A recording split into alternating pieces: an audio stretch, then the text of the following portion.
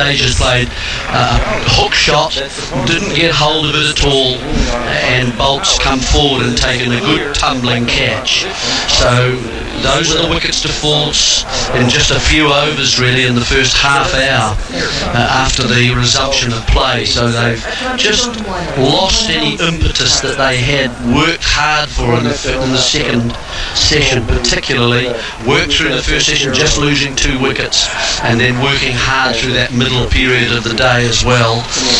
And now I'm afraid they've just really handed the chance to New Zealand to just to take them and finish this innings for quite a meagre total. And things going true to plan for the New Zealand selectors. The selection of Jameson very much justified now as he runs in and bowls, and this ball is defended, played safely enough by Bumrah, but not with any real confidence. 5 for 36 for Kyle Jameson, and obviously some thought in terms now a sixer is not beyond the realms. Well, certainly not. He's got 3 balls left in this over, and a reluctant Bumrah facing. Thought the way Cheteshwar played Jameson, he was almost suspicious and expectant of bounce. It's a hell of a catch from Bolt diving forward, as we see it on the TV. Here's Bumrah pushing the ball outside the off stump, going forward, pushing with the bat, but the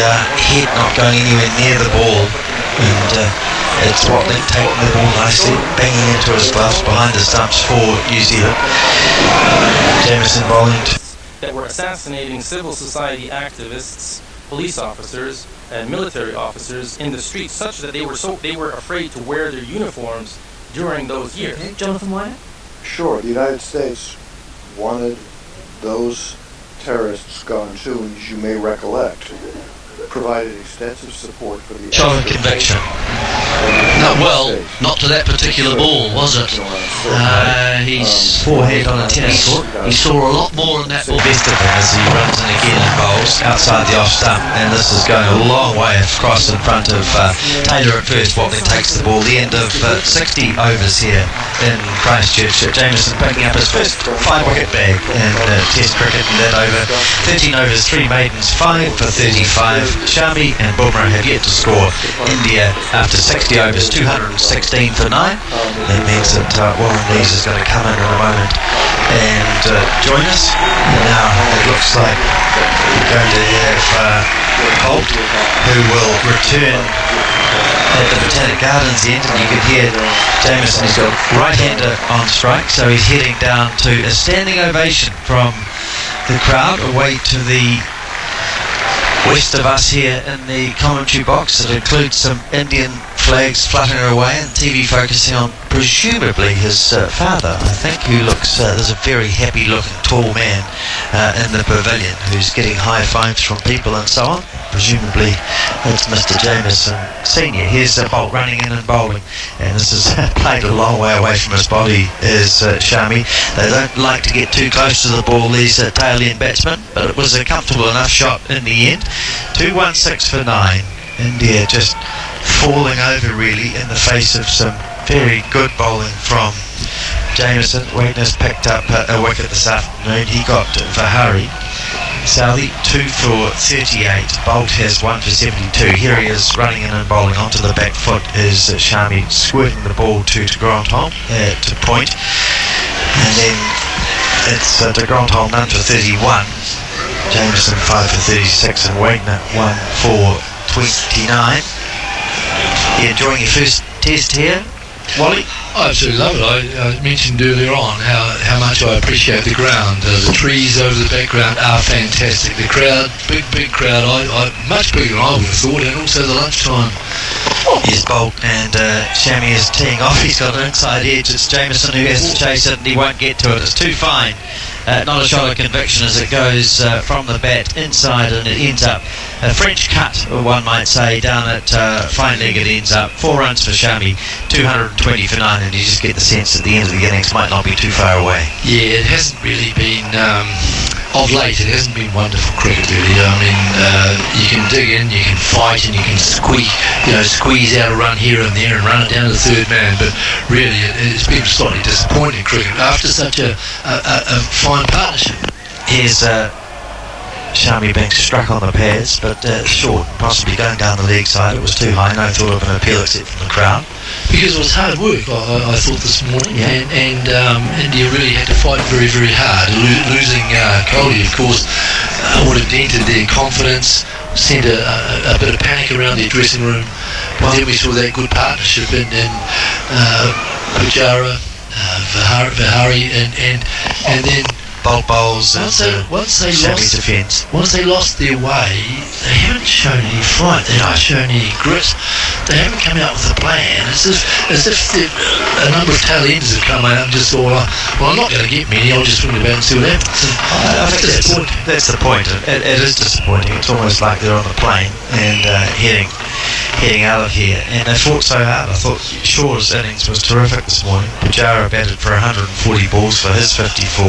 Shaw was 64 balls for 54, as this next ball is squirted by Shami off the front foot into Yorker delivery in a way just wide outside the off stump, and he just manages to get it to Gully. The end of 61 overs. It's 220 for 9. Shami is 4. Bumrah has yet to score, but a real sense of disappointment the way they've thrown it away. I think, as Jerry was saying, New Zealand have bowled tidily, but India have certainly thrown wickets away. Well, they sure have, and during that period where they had that partnership, New Zealand looked decidedly average, really, just for a while. They looked like they had run out of ideas, they'd run out of enthusiasm, the energy had gone out of their fielding, and India was starting to get on top. And it was going to take what we thought was going to be a moment of brilliance. It was hardly that, but once you broke that partnership, it's amazing how things change. Bumrah is on strike too. Jameson looking for his 6th wicket, and it's a repeat of some of the shots that he played in the last innings. Front foot down the pitch and the bat horizontally swung a bit like a baseball, swinging through the line. Strike 1. Well, someone really does have the opportunity to pick up a 6-wicket bag. 5's great, but this is giving the bowler every opportunity, just the way the batsman's going around trying to score runs. The crowd really enjoying the battle. New Zealand on top. Jameson bowls to Bumrah, who flicks the ball, and it's up and over Bolt at mid-wicket, racing out towards the boundary, and it's going to beat, in fact it's Wagner there, just going to beat him across the boundary. So 4 runs for Bumrah, just away from Wagner's right hand, and 224 for 9 it is. Bumrah off the mark with that boundary. It's really a nowhere total. I mean, a total of 300 would at least say, hey, if we can pick up wickets of the New Zealand top order, a couple, and get them 2 down tonight, we're still in with a reasonable chance of restricting. Here's Jameson bowling, and this time he's got underneath it his Bumrah. There are players chasing it from all over the place. It's Nichols who's going to beat Wagner to the ball, just 20 metres in from the boundary at mid-wicket, and Bumrah picks up his 6th run, 226 for 9. Yeah, but a score anywhere under 250. Well, New Zealand, if they bat what they could have a chunk of time, over an hour tonight, an hour and a half or so, and then bat most of tomorrow, and they should by that stage be comfortably in front of India, and very hard for India to come back into the game again if that's what transpires. Here's Bumrah just pulling out as he sees something happening behind the arm of Jameson. Well, it is a little bit disappointing that the ground and the way it's presented deserves better than this. I think it does, as Jameson runs past umpire Gough and bowls short delivery, and played well by Bumrah, who just leans down a little bit and then watches the ball go past his nose, pulls out. It was wider than I thought originally, actually quite a long way away from him, but he played it safely enough. 226 for 9 it is. India being asked to bat first here in Christchurch after we lost 45 minutes at the start of play. Late start at 12:15, that first session finishing at 2 o'clock, so we will run a bit late tonight as Jameson runs in and bowls to Bumrah outside the off stump. No shot from him, so Jameson perhaps just a little frustrated, wanting to come in closer and make the batsman play. He's certainly not really prepared to get into line. No, you're sort of looking for the slow full Yorker. because he's hardly going to get behind anything at this stage. Doesn't look like it. He was just staying and hanging about on leg stump, even though he had that ball go. It was about 6 inches or so outside off stump, but no part of his body was going towards it. Here is Bumrah facing Jameson. It's full this time, and he gets an outside edge. Beats de Grande Holman. Madugalle. It's racing down towards the third man boundary, and there's a fair old chase being given by Blundell, who picks up the ball a couple of metres inside the boundary at third man. And that means that the running will be restricted to 3. 229 for 9 it is. Bumrah with a surge of scoring is 9. Shami is 4. And we'll give you the bowling figures after a break. What if your business could invest more in research and development? The government's new R&D tax incentive offers a 15% income tax credit on your qualifying research and development costs, helping your business grow and driving New Zealand forward. Boost your business's R&D with the R&D tax incentive and turn your what if into what is. Visit rdti.govt.nz to find out more. Radio Sport. Trent Bolt about to resume from the Botanic Gardens end here at the Hagley Oval. He'll be bowling to Bumrah for the first time in this match. Bolt over the wicket bowls, and Bumrah is swinging across the line. They'll have to be quick as they scamper through for a single. Mistimed it was by Bumrah. He picks up his 10th run. It's Blundell who fields at square leg, 230 for 9. Have you been next door into the members area for a look? No, not when there's people there. You wouldn't do that? No, I just go in when there's no one there. I'll go tomorrow morning, have we look around where people have been. I have been there in the past because I've coached with the women's team here. Oh, you did too. Well, you would have been enjoying watching New Zealand fighting hard against Bangladesh. Well, they did. They fought. They got themselves in a bit of a hole. There's there's a terrible slog from Shami. Again, no contact made, but plenty of action from the batsman. No, they got themselves in a wee bit of a hole against one of the minnows of the tournament, Bangladesh, and then got out of it, which is a good sign.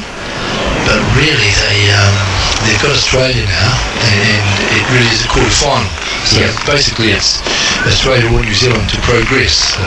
It's going to be hard work. It is. They're going to have to play a lot better. They've been less than convincing, unfortunately, as bold bowls, and this time we've seen Bumrah's got underneath the ball as the fieldsman running at square leg out towards the boundary, but the ball is going to beat him, and it's over the boundary, isn't it? Square leg for 6. It's an extraordinary shot from Shami, getting a ball that was shashed up and on about off stump, and he's pulled it behind square for 6. He basically aimed at a wide mid-on and just sort of got underneath it, and basically it was the pace of the ball that carried it so high and so far. Bolt won't like that much. He's given himself room actually outside leg stump, and the ball's on about the line of leg stump, and he's looking at a wonderful image when watching the ball in flight. Here is Shami facing again, and he tees off this time. It's over the fieldsman at mid-on and down to the long-on boundary for 6 more. Consecutive 6s from Shami. Lovely batting. That was a more convincing shot. It went straight or towards over the mid-on position, and we saw the mid-on fieldsman turning, running away, and I thought it's just popped over him, but the ball just kept on sailing. You would wonder if he plays the next shot off seemingly the front foot, where he has the opportunity. His mid-on going wide, and this time we see Bumrah going across, and he's been hitting the helmet, has he? And Bolt's just throwing up his arm as if to say, you're okay. Short ball, so nothing on the front foot, and it's just hit him in the helmet. He looks fine. Bolt's given him a tap on the back. Kohli's laughing a lot, and the captain with great sympathy as he sees his star with the ball being struck in the head, and it's pretty flush, but in fairness, Bolt was through first to make sure that he's okay, and now they're just doing the head check. It hit him in the grill on the front on, might have been a little bit of pace taken off it as it struck a part of his body on the way through. But I don't think Mohammed is going to take too long getting through this concussion test. He's on 16 from 11. Bumrah is on 10 from 11. We might just take a break here while they're going through this test and making sure that Mohammed is okay. India with a cheerful partnership at the end, 242 for 9. Eddie. Who's that mowing your lawns? Jim. Friend of yours? Oh, it is now. Jim from Jim's Mowing. Who's that weeding your garden? Jim? Another Jim? No, same Jim. Jack of all trades. Jack? No, Jim. Jim's Mowing. Totally professional, totally reliable. Regular mowing, trimming, gardening and light landscaping for your home or business. And while Jim's doing that, I've got time to do what I want to do. Need a job done? Jim's the one. Book online today at jimsmowing.co.nz. Local franchises available. Radio Sports Summer of Cricket with Rishabh. Quality paint and colours, perfect for your projects. So welcome back. There's still just that assessment of Mohammed Shami going on. The good news is that the people who are attending him are now leaving the ground. Bumrah and Shami are having a bit of a chuckle. Shami is talking to Tim Southey, who's gone over and given him a pat on the back. Good spirit here. So your prediction online that number 11 might just head off to the pavilion after being hit? Yeah, I just thought everyone gathers round and the first thing they say, are you all right? 5 people will say that. You might as well just say no. And then get off. I'm all right. Yeah. Give me the new ball, I'll be fine with that. But here's Bolt looking to improve his figures. Again, bowls to Shami. It's forward bowl. So finally Bolt gets the ball exactly where he should. Full.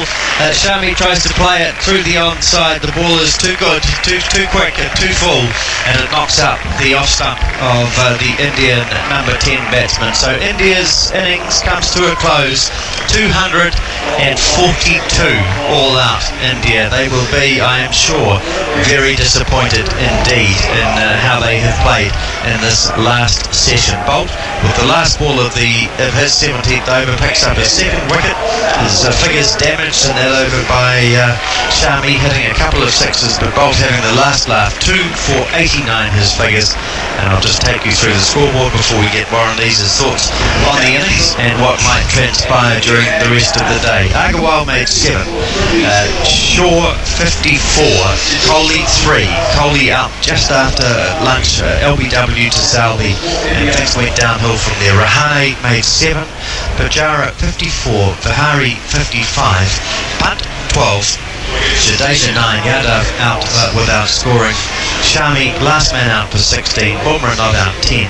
And the bowling figures for New Zealand: Salvi 13 overs 2 for 38, Bolt 17 overs 2 for 89, the Grontom none for 31 from 9 overs, and it's Carl Jamieson 5 for 45 from 14 overs, holds the ball high and heads off to a very warm round of applause from the crowd here at the Hagley Oval. Jamieson 5 for 45 and Wagner 10 overs 2 maidens 1 for 29. And Warren, I just wonder, looking at that Indian scoreboard, 3 scores of 50 or more and players not going on, but I wonder if the turning point was Southey's dismissal of Kohli shortly after that lunch break, and really India didn't really truly recover from that. Apart from a partnership between Pujara and Vihari, they didn't offer much. No, they didn't, and I think right from the start of the day when New Zealand won the toss and inserted the Indian team, I think they were perhaps mentally on the back foot for a long time. They never really got going, although there were those partnerships which just seemed to be so important to them, but neither time did they go on to something bigger or something greater. And when they lost 1 wicket, they lost 2. Losing Kohli straight after lunch, very, very good bowling from Tim Southey, would have dented their dressing room, would have left the so-called lesser players who still to bat feeling, well, how do we go about this now? And I just don't think they really showed, apart from the partnership we saw this afternoon, and a very good innings from Vihari, but we didn't really see a lot of fight. And once they lost that wicket, having sort of recovered slightly, really the last 40 minutes of cricket was pretty disappointing, I think, Garth.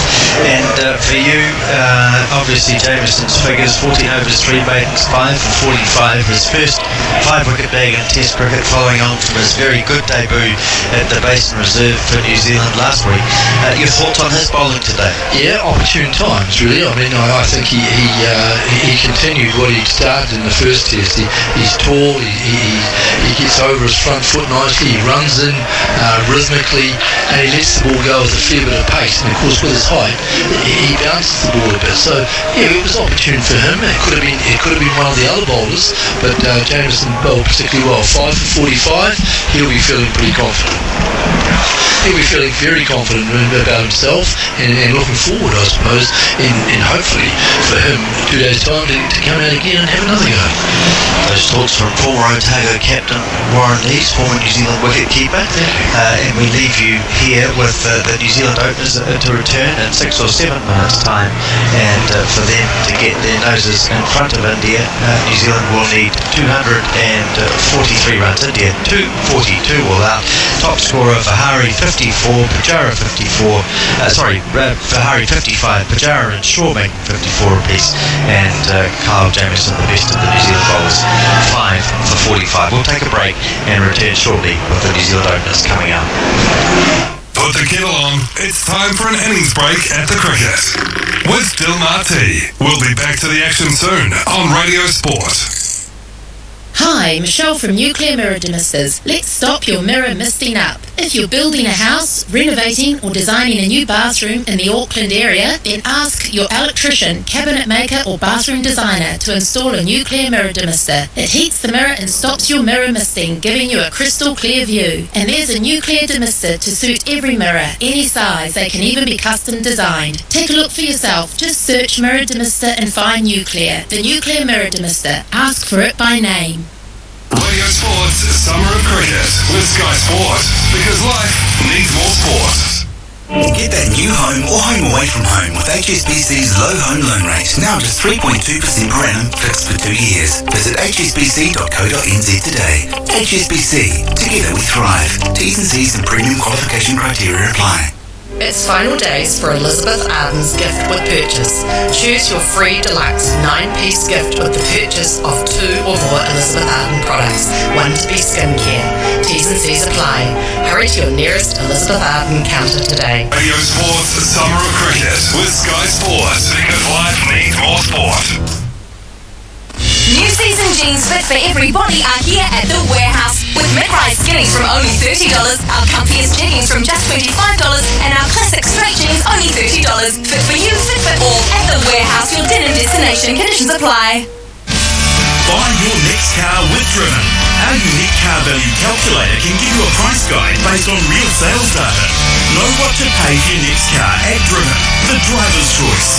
Head to driven.co.nz. Put the kettle on. It's time for an innings break at the cricket with Dill Marti. We'll be back to the action soon on Radio Sport. Chelsea! Wicket! 2 p.m. tomorrow, WBO World number 2 Joseph Parker is on the verge of another world title shot. He faces WBA NABA champion Shortdown Winters, who's knocked out almost all his opponents. It's a huge fight night, topped by welterweights Garcia versus Vargas. This is an event you don't want to miss. Parker Winters, 2 p.m. tomorrow, live on Sky Arena. Call 0800 759 780 or visit skyarena.co.nz. Book now. Radio Sports Summer of Cricket with Sky Sport, because life needs more sport. Save thousands at Save Barn's Mad March Caravan and Camper Clearance. Abbey Expression 2 berth was $22,995, now $16,995. Eldest Odyssey 4 berth, now $31,995, save $11,000. Plus a 6x4 camper trailer for just $4,995. Save Barn's Mad March Caravan and Camper Clearance. More than 30 units on site, price to clear. And finance is available. Lending criteria, T's and C's apply. Save Barn, open 7 days, 22 Sailor Road, Otahuhu. Break is over, team. We're back to the cricket with Dill Marti on Radio Sport. Well, the last 5 wickets fell with disastrous consequences for the Indian batsmen. They were all at sea and finally dismissed for 242. The scoreboard, which we'll try and find in a minute, somewhere here. You know, a good clicking system on the computer. Shaw made 54, so too did Pujara. Kohli 3, Agarwal 7, Rahane 7, Vihari 55, Pant 12, Cheteshwar 9, Yellow 0, Shami 16, Bumrah 10, and there were 15 extras. 242. The innings came to an end. The bowling figures: Southey 13 overs, 5 maidens, 2 for 38. Bolt 17 overs, 2 maidens, 2 for 89. Boy, he was expensive today. It was not a good day for Trent Bolt, I have to say. De Grandhomme 9 overs, 2 maidens, none for 31. Wagner 10 overs, 2 maidens, 1 for 29. But the man who stole the show again, Kyle Jamieson, 14 overs, 3 maidens, 5 for 45, and that represents an outstanding performance by the New Zealand player. The last session lasted just 9.2 overs, and they lost 5 for 48. And that is, a surrender of the worst possible conditions, because at one stage they were going along quite comfortably. 194 for 5 might have suggested that they were on parity or even slightly ahead after 2 sessions, and they've fallen apart. Yeah, Brian, I think they were even slightly ahead. Disappointing when a team can lose 5 wickets for such a minimal score. Really, you lose the last 2 or 3 wickets for very few runs, because you're getting right down to what we would term the tail enders. But if you're losing 7, 8, 10, 11, those sort of players who bat even at 7 and falling over like a pack of cards, really, it wasn't really a well-planned or a fiercely fought innings towards the end. And I think, in a way, some of those players almost shouldered arms and gave up. You know, there were suggestions that New Zealand should play a spinner and leave Jamieson out. Oh, someone suggested that early on in the day, didn't they, really? I don't know about that. I think Jamieson's really proven in the first innings that it was possibly worthwhile having him, really. Although, opportune times, really, in a way, in that if he had not got those wickets and India about the same way, someone else may have picked those up. Yes. It's hard to sort of say. You wouldn't have played a spinner, though, would you? Well, at this early stage, you probably wouldn't right now. No, but you come and see me on day 4. Should New Zealand not bat well? and need a spinner. Oh, no. For a man who was so tired about 10 minutes ago, you've come to life. Really, if you want to have a go at my selections? No, I'm just putting a few pointers out there that are worth discussing, and it's interesting that Jamieson had such a good day. Amongst a number of bowlers who would have been encouraged by the pitch conditions when they arrived this morning, and whether or not they favoured the bowlers, it's hard to know. Was there any real favouritism, or were they just rewarded for good hard work and the Indian batsmen didn't really deliver what is expected of them? Here's the first ball of the New Zealand innings. It's Bumrah bowling to Latham, and Latham leads the delivery down the offside. Yeah, I think because New Zealand made inroads early on into the Indian batting, we probably thought, the pitch is going to be green and lively and seaming around, and then the cloud cover came over and encouraged the swing bowling, and we were possibly at times a little bit disappointed or even critical of some of the New Zealand bowling. Well, that may have also coincided with the way the Indians batted. They batted with some determination. That's why they built those 2 partnerships. So they were probably a wee bit harsh on them. That 5 wickets in the session was certainly significant from New Zealand's point of view. Here's Bumrah bowling to Latham, who turns it down towards final leg. May have come from Pant, from being picked up there by Yadav. They'll come home for 2, and the leg by signal will be made by Richard Kittlewell. But I think the turning point clearly would be the dismissal of Virat Kohli, because at lunchtime they could have claimed to be ahead, 84 for the loss of 2, and they'd been sent into bat. But the LBW of Kohli, which is as plumb as you'll ever get an LBW, was the turning point of their innings. Yeah, it certainly was, and it's a little bit reminiscent of 1 or 2 New Zealand innings in the past 3 years when things haven't been going that well, and yet one player's been scoring a lot of runs. Bumrah's decided to go around the wicket now to bowl to Latham, and ball turned it to the onside behind square. Still going to bring a couple of runs though, as they go to Yadav, who's down in the deep. He's going to get his first chance in this series in place of Ishant Sharma, and Blundell off Latham off the mark with 2. 4 for no wicket. He's opening with Blundell, who's the non-striker at the moment. Probably slightly exaggerated in the fact that Kohli gets out and the whole Indian team may fall over, but it's not too different to recent New Zealand teams where we've been hopeful of the team building big first inning scores. Taylor and Williamson get out, and what happens to the other players? I mean, here's the next delivery from Bumrah to Latham, who plays into the offside, goes to backward point. Well, it's reminiscent of the days too, and I still think it exists, although it may not be a set plan, where sides targeted the captain or targeted the best batsman to make them the key wicket, and you know, Kohli has failed 3 times in this series, which you don't expect to hear. And you mentioned the likes of Williamson and Taylor. When they don't deliver for New Zealand are also in struggle street. Exactly. Here's Bumrah coming up from the far end, bowls to Latham, who's looking to defend the ball, beats the outside edge of the bat and goes through to Pant, the wicketkeeper, to end the first. Oh no, still one to be bowled. And even though my point is that your key player gets out, and therefore it makes it's a huge negative towards any total you're going to get. But what it does to the dressing room is always important, because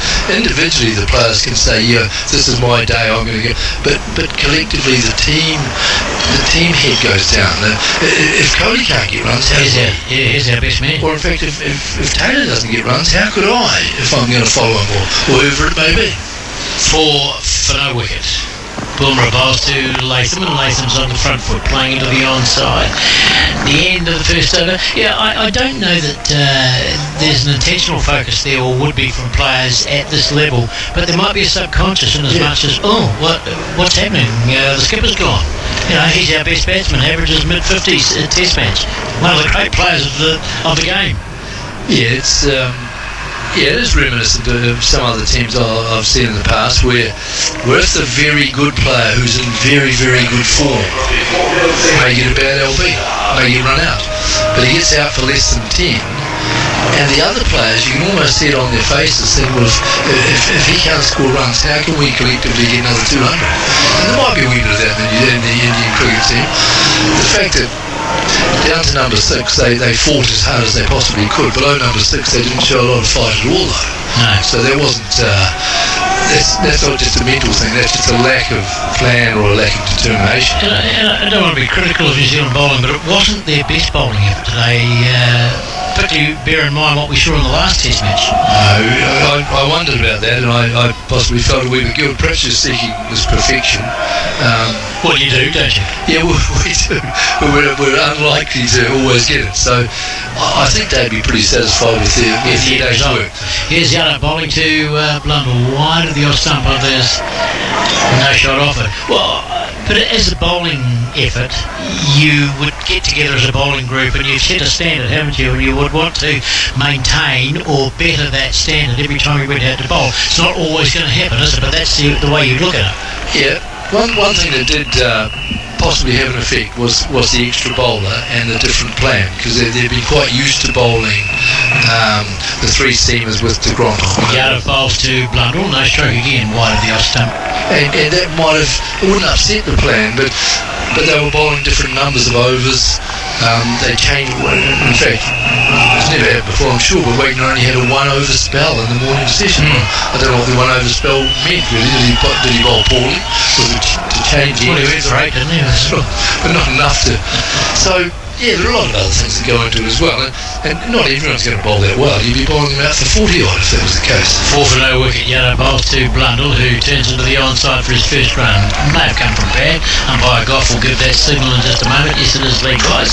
So 1 more to the total, 5 for no wicket. But Virat, well, he's hitting the same speeds as Bumrah.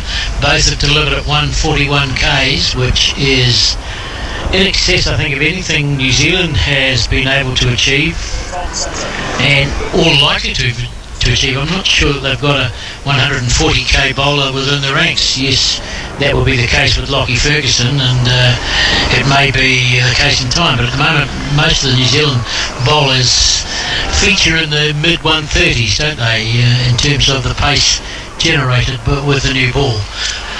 5 for no wicket.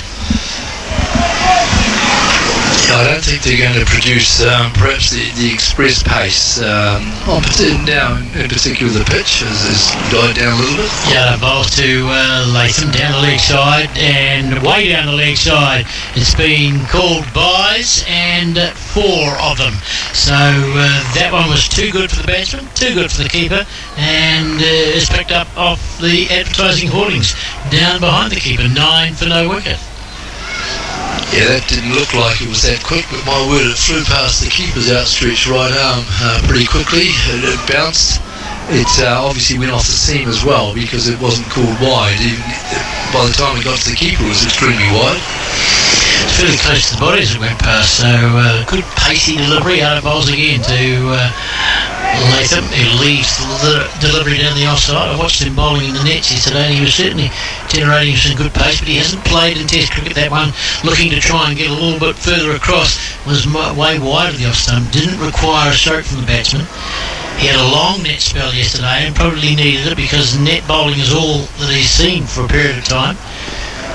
And Rishabh coming in place of Ishant Sharma. Bowling from our broadcasting end to Latham, and Latham is onto the front foot, guiding it down into the onside. There's no run for him. Through to the keeper at the end of his first over. It was maiden, even though 5 runs came from it with extras. 9 for no wicket. Latham has 2. Blundell has yet to score. Lovely sunny evening here in Christchurch. The sun is going down, but there's a long while before it sets. Probably about the same time as they bowl the 23 overs that still have to be bowled to end this first day of play. 23 overs should take about an hour and a half, and well, we've got an hour's playing time left. And New Zealand will be looking to lose no wickets tonight and probably push on to a score of somewhere around 50. Give them a good start for coming back in the morning and trying to build on that throughout the day tomorrow. 9 for no wicket. Blundell on strike now to the new over from Bumrah. 3 slips in place, and that will be Pujara, Kohli and Agarwal. Gully is Rahane. There's a backward point fieldsman as Bumrah comes into bowl to Blundell. Up from the Botanical Gardens into the New Zealand opener, and he's on the front foot, guiding it down into the ground. Umpire fielding it backward point, and the fieldsman up at mid-off is Vihari. Mid-on is Shami. Now there's got to be a Cheteshwar somewhere. See at mid-wicket.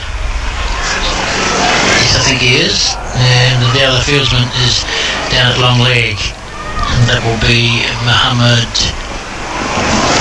Shami. Bumrah. Bowls again to Blundell, and Blundell beaten by a good delivery. Just beats the outside edge of his bat, but another good quick delivery, generating pace early on, and they need to. 143 that from Bumrah. There's a lot of hard work to do, these bowlers now, to try and prevent New Zealand from building a substantial advantage. And while it's day one still, the pitch will be offering the bowlers some encouragement. The ball is new, the seam is very proud, and there'll be a little bit of movement. That had some good bounces that went through to Pant behind the stumps. Bumrah bowls again to Blundell, who's able to leave delivery down the offside and through to Pant behind the stumps. And there was some wild movement down the leg side after that one went past the batsman, taken by Pant.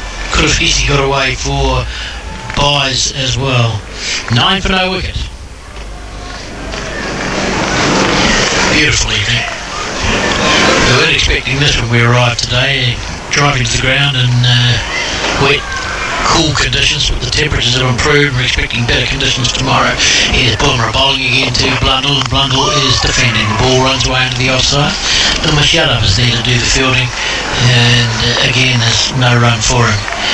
But this is plenty of time for the New Zealand openers to really establish themselves at the crease, get themselves a good, solid foundation laid. We talk about that pretty much every time you get your opening partnership there, but they'll want to be able to do a little better than we saw from the Indian side. Although their opening partnership wasn't such a bad one to some extent, but they didn't really get that good base. Here's the next delivery, inside edge, down towards the boundary, and has gone away for 4. Well, there's been a few of those today. Past the leg stump, and that was a good pacey delivery from Bumrah. 142, it's gone past the leg stump, down to the boundary for 4. Blundell's off strike, and he breathes a sigh of relief. Whew, how did that one not miss my leg stump? 13 for no wicket. The opening partnership for the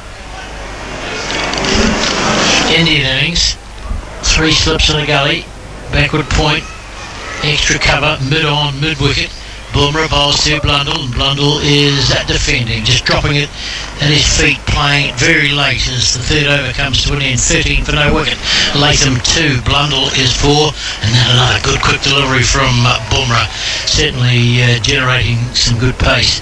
But 30 for the first wicket, 50 for the second wicket, and at 85 for 2 at lunch, India had battled a fairly extensive storm, but the sessions changed quite dramatically.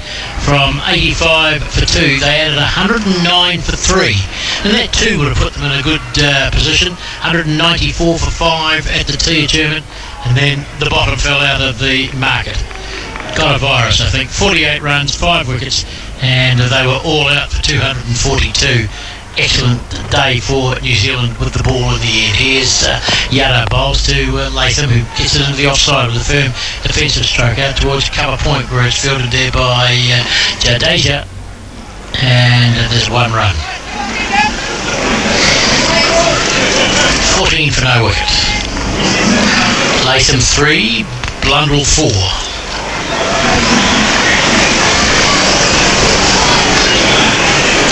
Work ahead of New Zealand now. They've put the opposition in. I wonder whether they're batting when they expected to be batting in these conditions. You put the opposition in, you probably think you'll take a fair number of wickets on day one, whether you'll bowl them out. Almost Yada bowls to Blundell, leaves down the offside. Yeah, well, that's right, I guess. That India may feel they were a bit complicit in that, weren't they? That they should have gone on from the, what did you say, 194 for 5. Yeah, and I thought at that stage of the day, I thought, okay, you know, if India kind of could have pressed on, and if they'd got to 300. Because Yada bowling to Blundell, and Blundell gets a short ball, he just wafts it outside the line of the off stump. A little bit loose from the opening batsman, not really moving his feet. It was well wide. Might have been a slow, no, 139, but it looked as though it was a little bit slow, but it stayed low. And Blundell just reminding himself that it wasn't a good stroke. But I think you've highlighted the key points of the day, Brian. I think that Saudi spell just after lunch where he picked up Kohli, and then you got Rahane, 2 key players in that middle order. Yadav goes in bowling to Blundell, who's crouched and he's forward defending. Wants a run, won't have it though, as the field gets round very quickly. Vihari's the man to stop it. Blundell was looking for the run. Latham wasn't interested, and now Latham's going to go down and tell him why he wasn't interested. And I think he was probably right too. And then the implosion, as you mentioned, 5 for 48 of the last half of the batting order, with Pujara there at the time, and still having Pant and Jadeja in that component, those wickets. They should have done better. Let the top order down a wee bit. Yada bowls to Blundell, and Blundell turns him into the onside. It'll go out towards mid-wicket to be fielded there by Shami, who's the fieldsman from mid-on, moving around to do the fielding. 14 for no wicket. Different style of opening, isn't it, of the bowling from when New Zealand were there. Pitched the ball up this morning, of course, after winning the toss, see if it would swing.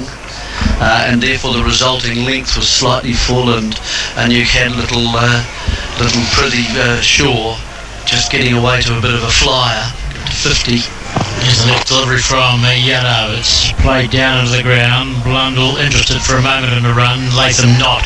The over is completed. 14 for no wicket. Yadav 2 overs, no 1 maiden, none for 1. This is a different length that we're seeing that India bowl. They're more seam bowlers. They're both over 140. Perhaps, certainly it seems to me that Bumrah's hurrying particularly Blundell up. His bat is coming down a little late. He's got an inside edge. He's played and missed. And so he's causing Blundell a few problems. He beat the edge of Latham's bat on the outside edge. So he's just proving a bit of a handful at the moment. I know there's a few people who say, well, Bumrah hasn't had really such a good tour so far. They might say that, but he's looking alright at the moment as he runs in now and bowls to Latham, who squares up just a little bit. Pushes the ball into the offside, but he's cramped a bit, isn't he? Well, he's hurried him. You see, he's suddenly into a shot. And so Bumrah's actually hitting this pitch quite hard. He's getting the odd one to just seam away a little bit. See how late they're actually playing that ball with the bat sort of so angled. It's not down there ready. Too angled, and you could run that onto your stumps quite easily. Good grouping from Bumrah as well. Very accurate, and then just relying on the pitch or the angle of the ball for a little bit of movement. I just think he's not far away from getting a few wickets. I agree. I think he's bowling, better than the results have shown. Here he is now bowling, and Latham is again playing in front of his body just a little bit defensively to Jadeja at point. He only got 1 wicket in the test. He got no wickets in the one-day games, 3 of them. He went for a few more runs. Don't forget, he's just come back from a stress fracture of the back. And who knows how players react to that, and the speed at which everybody expects them to be up and almost bowling as they were before they had the injury. His confidence must take a knock. Yeah, well, you're just uncertain how you can push it. Especially with an action like this, which relies on such power and releases. The next ball is well played by Latham, just letting a ball go on length a little bit over the off stump. And maybe with the Kookaburra ball, of course the Indians play with a different cricket ball at home. They play with a thing called the SG, and then when they go to England, they play with the Duke's ball, which is a much prouder seam than the Kookaburra, much bigger seam. And maybe it doesn't swing much for Bolton for Southey really that long either. Well, it's not going to for Bumrah, and he might have shortened his length because of that. Latham faces and turns this ball into the onside. He'll pick up a couple of runs as there's a chase there for the fieldsman Shaw at square leg, who doesn't move particularly freely chasing the ball. They pick up a couple, so Latham is 5 and it's 16 without loss. So without that swing perhaps from Bumrah with the Kookaburra ball, maybe he's pulled his length back a little bit, and maybe that means the batsman has time to see the ball a bit more, and you get the odd boundary, so that the runs per wicket starts to get a bit bigger, higher. Here's Latham, who's a good challenge on his hands. 5 from 14 balls, faces Bumrah, and he comes forward and plays defensively. Bat and pad, nice and close together, and no chance of Bumrah exploiting any weakness in that defence. I do like the way that Bumrah has looked. I agree, you get a feel he's too good a bowler to go for long periods without picking up wickets.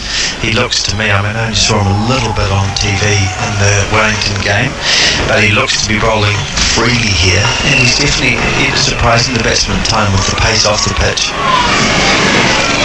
Good to watch as he bowls now, and this is another good delivery. He's very accurate, Bumrah, at the moment, and he's demanding a lot of Latham, and so far Latham is equal to it as he just prods at another ball on off stump and pushes it in a banal way in front of him. 16 it is from 5 overs. Latham is 5, Blundell is 4. India scoring 242, and in reply New Zealand are 16 without loss. Bumrah none for 8 from 3 overs, and Yadav 2 overs, none for 1. But a good examination, sort of forensic examination of just that off stump and just outside, and he's demanding quite a lot from both these batsmen. He's changing the left hand, right hand, of course, for the New Zealand opening partnership, and he's round that off stump, whoever's facing him, and he's testing them quite severely at the moment. Yadav is bowling a little bit shorter as well.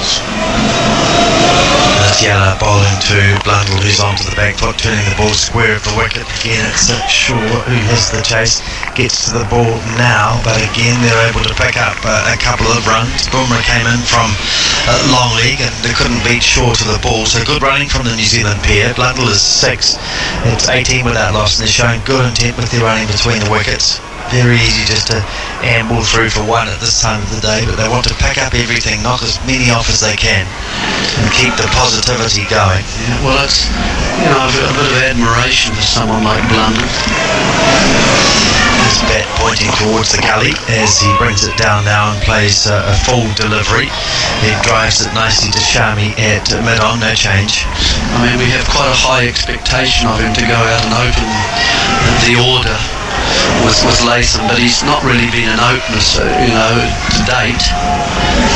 I know he got that fine 100 at the NCG, but really he's a middle order player who's a keeper. That's how he's been raised, that's his habit. And to play in the middle order is very different than opening the batting. Massive change at this stage of your career. As here's an appeal for LBW. I think there's a thought that it's bat and pad, probably quite a concerted appeal from the 3 slips in the gully and wicket keeper behind the stumps for India. No thought of reviewing it though. Normally a middle order player comes in, the ball's obviously a lot older, and you're starting to look to hit the ball. You're not worried about the line of the ball so much, you're looking at length more, whether you can attack it. Well, in an opener it's the complete reverse. You want to see the line first, whether I have to play it or not.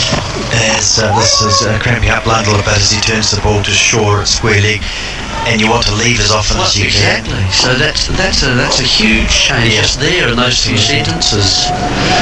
So it's not easy and you've got fresh bowlers, you've got a new ball to handle. It moves around a little bit more, it bounces a little bit more. As I say, bowlers are fresh, they can try you out and test you. I thought his innings in Melbourne, I was over there, you were commentating on comments. I was over watching with my 2 boys. Here's a lovely shot by Blundell, but well fielded by Yadav on the way through. Crisp drive, and Yadav just on the bounce to bring the ball in. But I thought Blundell's innings was terrific, and he had wickets falling around him. And I thought what he showed was he was able to score. The Australian bowlers don't give you much, do they? And he didn't get a lot of balls to score off, but he was able to pick runs off, and when he did get a bad ball, he cashed in. But he looked like he wanted to compete, and that was the thing that I admired about him the most. Next one's outside off stump, no shot. In a series where New Zealand batsmen didn't really compete, 18 without loss after 6 overs. Well, the Australian bowlers tend to attack. Either they want to hit your poles, or they want to attack your head, that throat kind of area. And so they tend to bowl, in other words, quite straight. And what I thought that Blundell did very well over there in that innings was that he scored on the leg side quite strongly. And pulled the short ball, didn't he? Yeah. Well, he took the short ball on. That's quite right. And so that. It was a very fine innings, and it's not easy to make that basic change from the middle order to opener.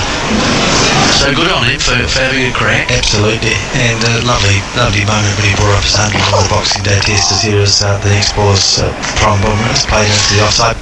He looks to me as if he's crouching a bit more in his stance. He's got more than a flex in the knees. He's going quite low, and when I see him playing his shot, he's standing sort of 3/4 high. So in other words, the head and the eyes have gone upwards quite a lot as he actually plays the stroke, and that can sometimes be a bit of an issue for the length of the ball as you straighten your legs to play the stroke.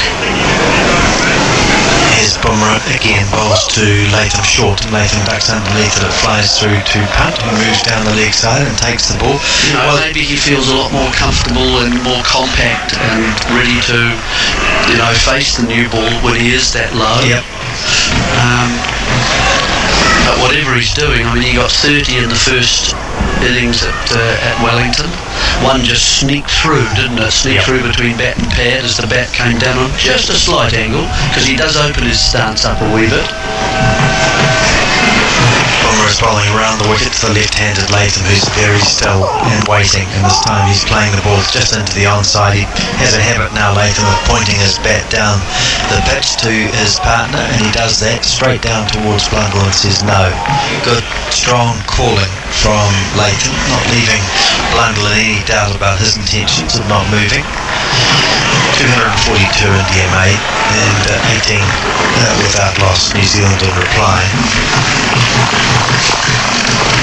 And a lot of the crowd still here as we come towards the end of the day's play. Play due to finish around 7:15 as Latham's pushing into the offside. He'll have a run here as the ball just staying in the ground. Been a good group in front of us too in the members area. They enjoyed the hospitality. A lot of striped blazers, a lot of cricketers coming in with their various club blazers. The Queen Street Cricket Club, famous New Zealand club.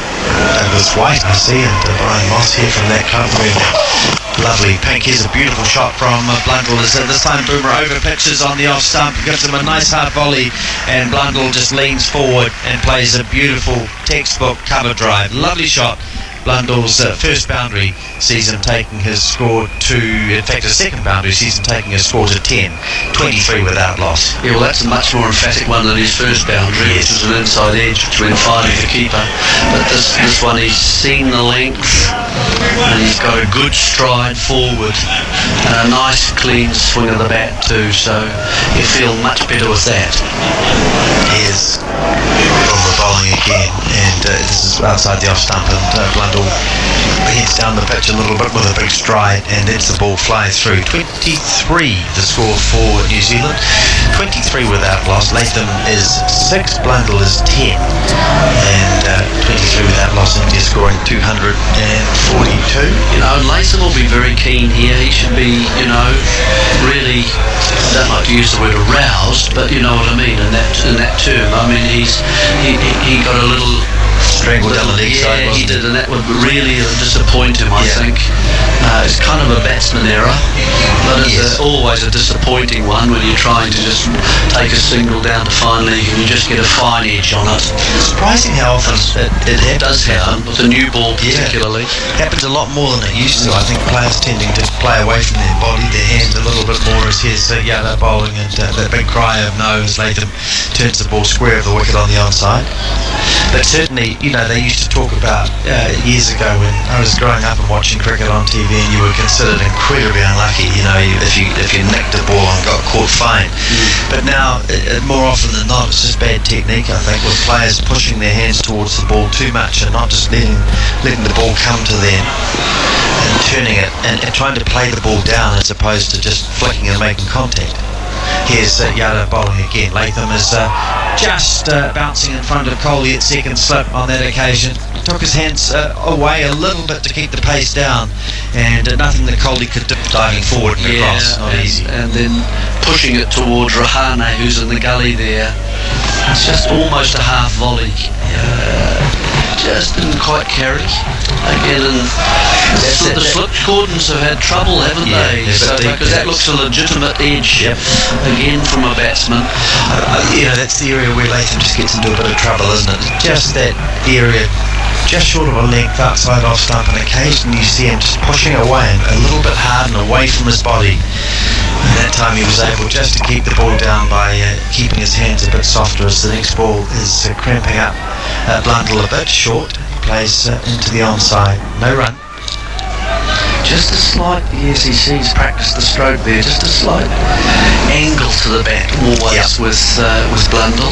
Well, he picks it up. He's obviously got a good hand-eye coordination to be able to hit that in the middle so comfortably. But we get quite a nice line of it, because from here we're on a wide mid-on angle, and we see his bat is right in line as he picks it up, and the next ball he lets go. So it's a direct line between us and the third man boundary. He does take it out very wide, and the key obviously is then that he brings the bat down straight, and it's not always the case.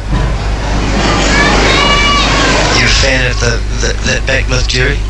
You don't mind seeing batsmen picking the ball up, putting their bat up towards gully? Not so much. I think if you're going to bring it down straight, you may as well take it back straight.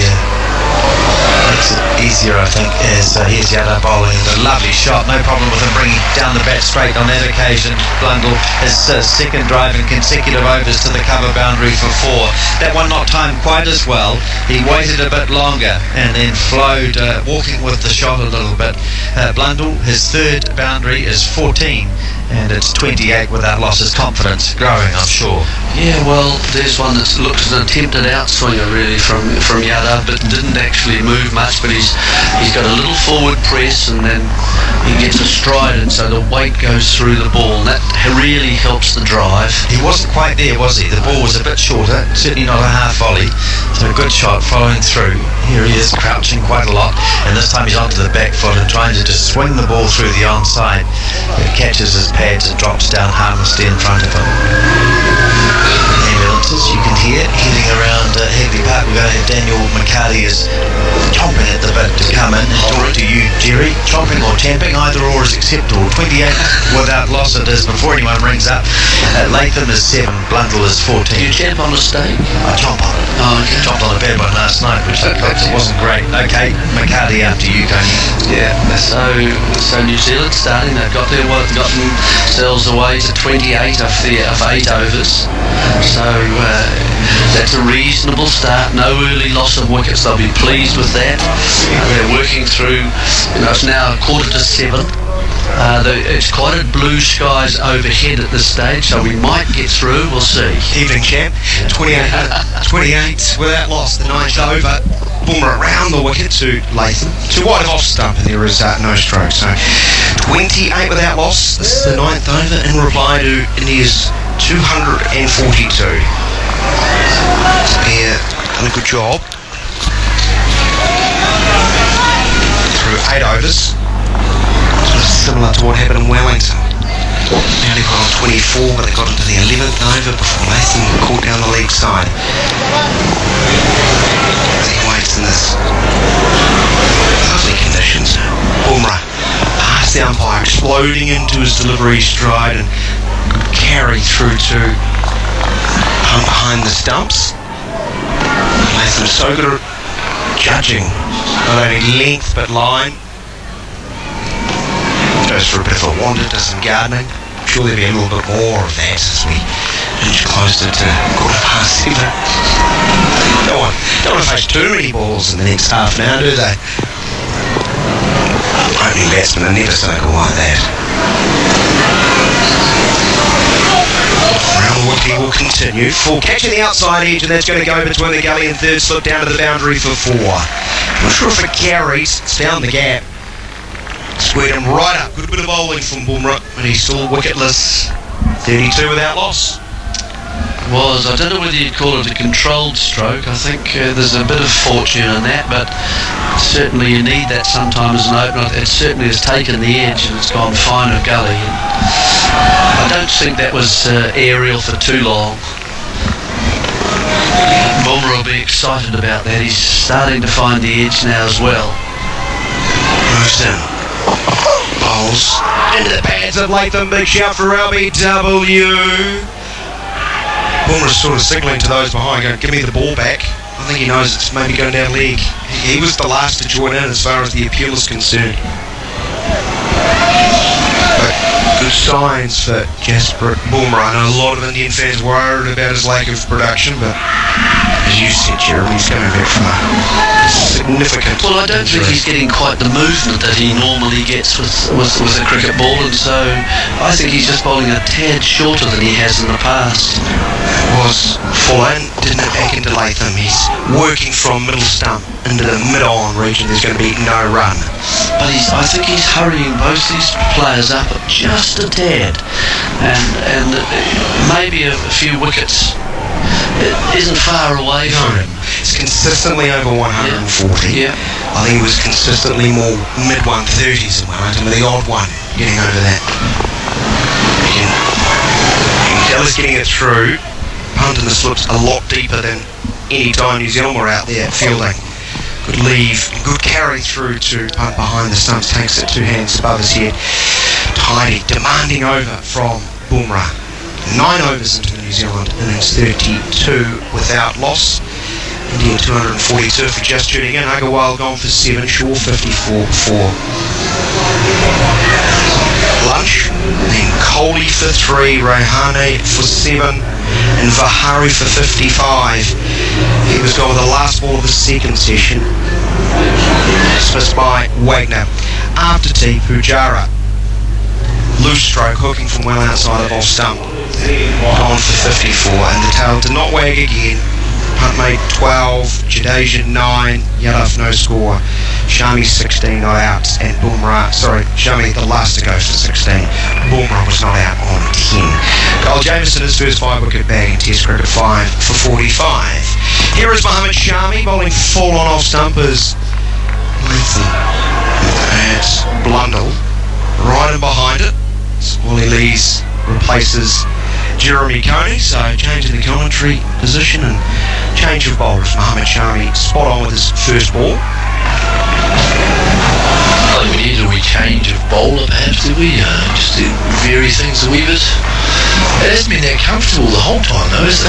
No, there's been a bit going on. They've just been rushed into 1 or 2 shots. Shami right arm over the wicket, beating the outside edge of Blundell, trying to force off the back foot and away from his body. Bit of movement off the seam, away from the right-hander. He played well away from his body though, didn't he? He was playing towards point rather than getting across and behind and playing perhaps up to mid-off a wee bit better. But yes, he did play well away from his body, and 2 slips in the gully, well, perhaps, yeah. He was spearing at the ball. Lovely late evening as the crowd enjoying it. Gentlemen in front of us bring a bowl of rosé. Shami bowls, leg side this time, turned into the forward square leg region. I think I could almost lean over there and I could hand a glass down. You think that, Phil? You could. I don't know if they would. Give me a glass. Any available? They're ignoring me. None available? Oh, I'd love some, thanks. We're trying to get them off it. Very rude. I think that was a no. Short no, 32 without loss. Squatting at the knee, Blundell waits for Shami, leads alone outside of off stump. So just 2 slips and a gully. Point. Short cover. Agarwal, I think. Creeping in all the time, a mid-off and mid-on. With wicket and a long leg. There's a very popular boy, is Bumrah. Large gathering of fans around trying to get his autograph. 2 batsmen fighting through to the end of the day. They don't want to lose the wicket tonight. 32 without loss. Shami, back of a length, right up behind Blundell. That was a good shot. He's gone back, he's gone across, he's in line, and he's played it underneath his eyes. It's a much better shot than the ball 2 balls ago when he speared the ball just outside off stump. It may have moved a little in the air off the seam, but he's played a much more compact shot that time. A great day for New Zealand, especially if they can keep that wicket column at 0 through to stumps. Sending India and dismissed for 242. Shami, the veteran right arm quick, fall into the pads of Blundell. He's very good tucking it away on the onside. He gets it wide of mid-on, gets a run, moves to 15, 33 without loss. That's the end of Shami's first over, conceding just that single right at the end. Bumrah 5 overs, no maidens, none for 17. Yada 4 overs, 1 maiden, no wicket for 8. Interesting point I just heard from the back of the wicket. Do they worry about a night watchman? Neil Wagner's always available. He's always volunteer. And I'd have a sneaking suspicion Neil Wagner would love to get involved. I think I'd be a little bit grumpy if I was Neil Wagner. You got rid of Vihari just before tea.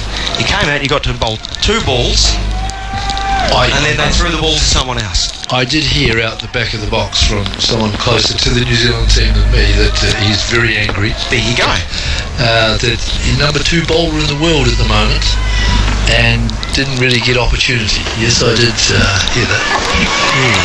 2 slips in a gully as Bumrah will start over the wicket to the right-hander Blundell, and he's leaning forward, catching an inside edge onto his pad, shoots into the cover region. Again, Bumrah nagging away with good pace and starting to get a bit of movement off the seam. He just looks more enthusiastic. The body language is quite good. He's back to the top of his mark keenly. He walks the ball back. The field's a little bit slow in delivering it back to him. Yeah, I can understand what you say, and I'll probably build on that in a moment about Neil Wagner and how he is used in the New Zealand team and and we'll probably watch another couple of balls or so over first, or even one.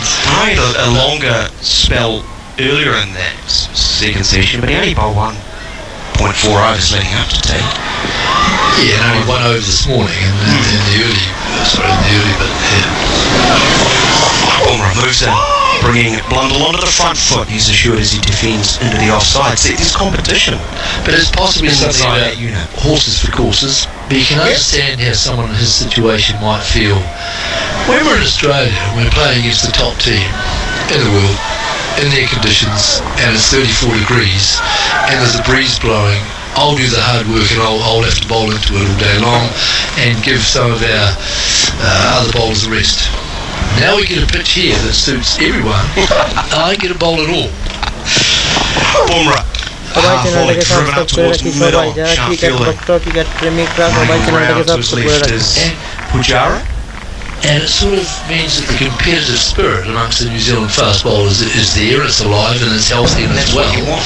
But it doesn't stop you from feeling, hey, hold on, I've been doing the hard work for quite a long time, and here's an apprentice comes along and gets the first opportunity. And was good enough. I can understand how people might see it that way. Bumrah drags the length back, played the straight batters. Yeah, it is actually... As Waddle says in the background, it's a team game. Yes, it is. And sometimes when you're in Melbourne and it's flat and the other team's 3 for 240, it's a team game. It's a team game. Now, come on, why am I bowling 17 overs and someone else only bowling 7? That's right. Sympathy I have for Wagner at the moment, and I don't even always appreciate the way he bowls, but I do have sympathy for the individual. Bumrah moves in, half volley driven up towards mid-on again, down quickly. Pujara smart enough to keep the ball in front, and so it would have been a boundary because that struck sweetly off the bat of Blundell. He really does like playing into the onside from that length full, and very good with the pull and hook stroke too. Must admit, he can grow a spectacular beard. He won for the Melbourne Test, got rid of it. Yeah. For the Sydney Test, and it's back, it's thick, and it's glorious. Bumrah over the wicket, pushing him onto the back foot, but he plays again back along the pitch to the bowl at the end of Bumrah's 6th over. It was a maiden, it's 33 without loss. Cook even more with Weber's accessory bonus. Think pizza stones, roasting packs, or even barbecue covers. The choice is yours. Get up to $179 of accessories for free with selected barbecue purchases. Offer only available at your local Weber specialist dealer. T's and C's apply. Buying a new or used car? At Driven, you can research, compare, and purchase in one place. And with listings from dealers all over the country, you get more of the minters and less of the lemons. Find your next car now at driven.co.nz. Radio Sports Summer of Cricket with Rising. Get a professional finish with Rising. Radio Sport of the Summer of Cricket. New Zealand 33 without loss in reply to India's 242. Blundell on 15. Latham is on 11. Mohammed Shami is going to go immediately around the wicket to the left-hander Tom Latham. His second over from the Port Hills end. Moves in, bowls full. Pushed into the backward point region. There is no run. Of course, the hours of play today revised after losing 45 minutes this morning. The third session was supposed to run to 7:15. Extra 30 minutes may be taken. So that's 50 minutes from now through to that cut-off time, Wally, 7:45. After this over, still 13 overs need to be bowled. So they might struggle to get them all in. Yes, they might. Shami was nice and full, but too wide of the off stump. No stroke from Latham. So it could go through. Sorry, the close of play could be at 7:45. The way I read that.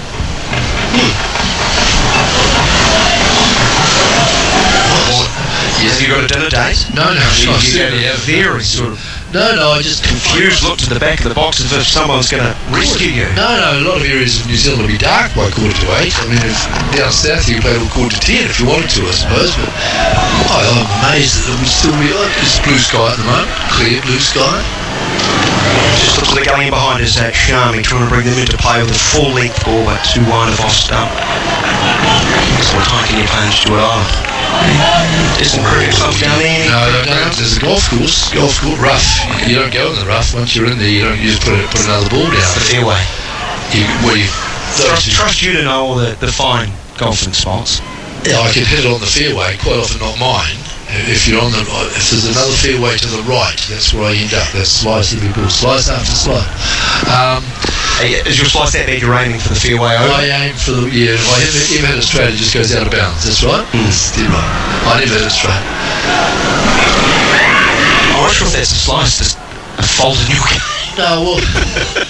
It's not a fade, is it? It's not a fade. Well, it's an educated fade. I know to hit it and look to the right. Yeah.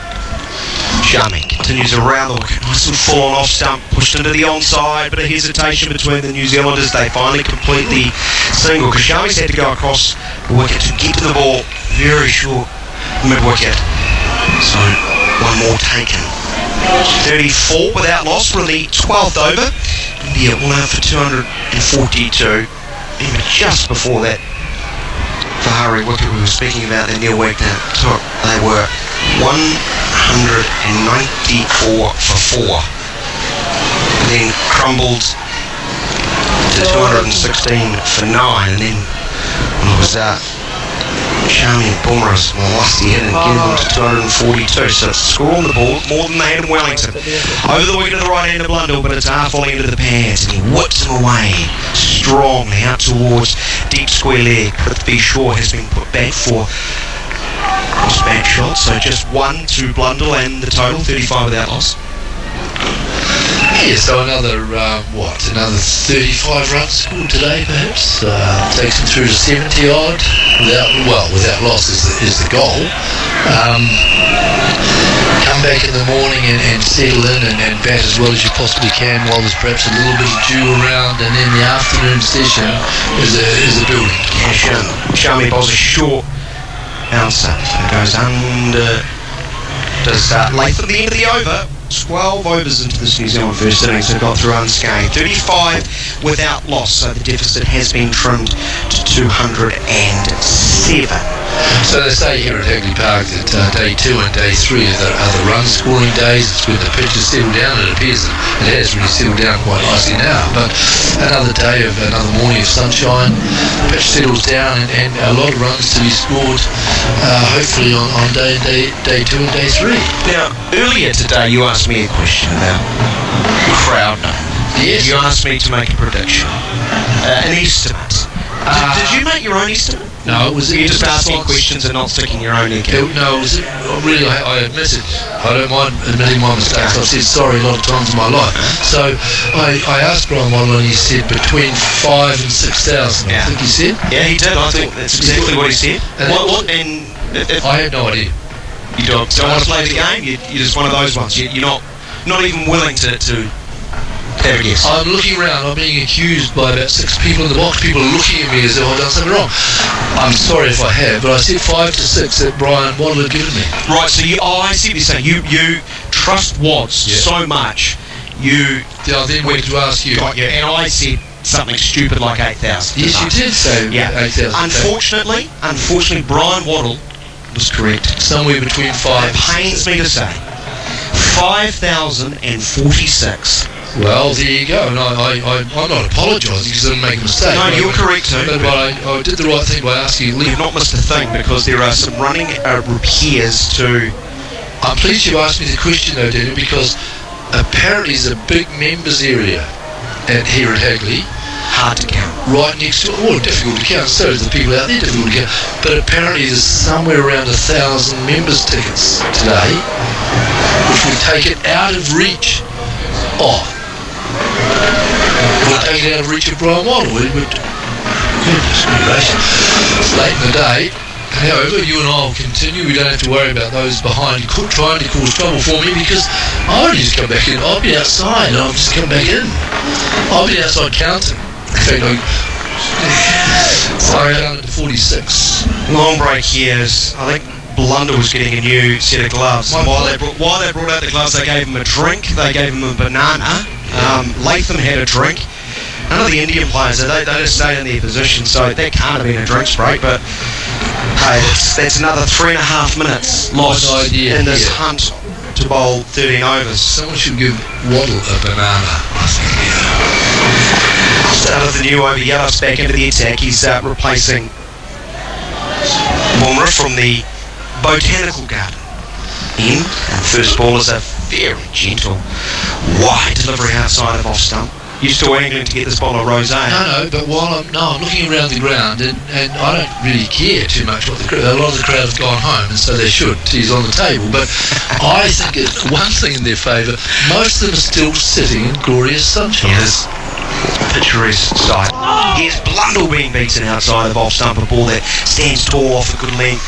Again, trying to play forcefully off the back foot through that offside. That's the stroke that's given him the most problem. Sometimes he just doesn't go back and across, does he? He goes back and he sort of feathers it outside the off stump, as he looks like he's done there, and he's played well away from his body, and he's not hitting it back at mid-off, but he's hitting it square at square cover. That's the middle order player in him still being in there, isn't it? Yeah. Right arm quick, bowls full, nipping back. Just missing the off stump, that's why you heard the groans. Pujara still has his hands on his head, he can't believe it. It did come back a long way from outside off stump, and it probably looks closer in the replay that we're looking at than in actual fact, because it's come back a long way after it's gone past the stumps. Have a look at it on the replay. Oh, it's a great lead, but it's only missed the stumps by maybe the width of 1.5 cricket balls. Quality lead. Kohli was distraught. Yadav gets two leg side, turns into the mid-wicket region, coming around from our middle. Here's the throw at the stumps. It's missed the stumps, hit the bat of Blundell, and Blundell's gone down. We know he's had a shoulder injury, and he looks a little bit rattled. He's back to his feet now. The throw, missing the stumps, hitting the bat, was from Bumrah. Now, I think he went tumbling. Yeah, if we look at the replay, I think his head may have touched the ground here. Perhaps we'll have to get 4 or 5 St John's people. I mean, mate, there, you see, I think his head surely will hold the game up again. Yeah, the ball hit the bat, took the bat sort of back in between his legs, got in a tangle and hit the ground quite hard. Pretty tough from Wellington though, Wally, he's fine. 36 without loss. Oh, he's up, he's fine. There's nothing wrong with him. Big win for the Canes, 62 points to 15, I think. Just big tries. Right in the outside edge of Latham now. Nice full-length delivery. Prodding forward was the left-hander. Too good for him. Pitched on the stumps, just moved away with a natural angle. Now, a little bit of pressure. Good over so far. Couple of playing misses. That one to Latham outside the off stump, going away from him. What they need now is a very good over at the other end, because it just increases that wee bit of pressure. It's not long to go on the day's play, but if they want any reward out of this last session, they need a wicket or two. Here's Yadav, last ball of the over, driven up towards mid on a dot ball to finish the Yadav over, who now has 5 overs, 1 maiden, none for 9, 36 without loss New Zealand.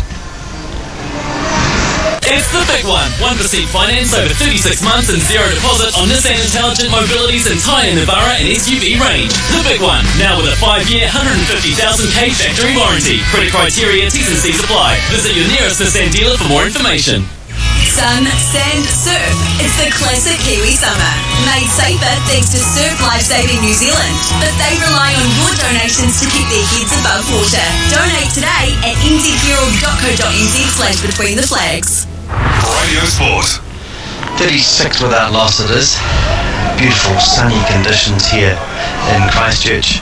No cloud in the sky now, or just a little bit away towards the east. Here is Shami bowling, and Blundell plays a good shot on the back foot, just defending into the offside. Hello, Wally, you've been under siege, really, haven't you? Yeah, it's okay though. I'm quite used to it. I know that no one sitting near or behind me means it.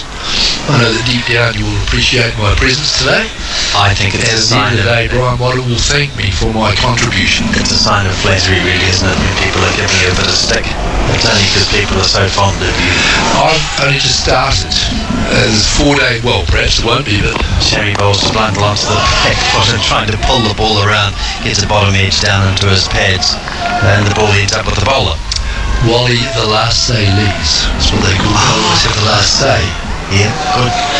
Well, that's not a bad thing. No, it's not really, and I'll be better prepared tomorrow. You will. I've got a very sore eye.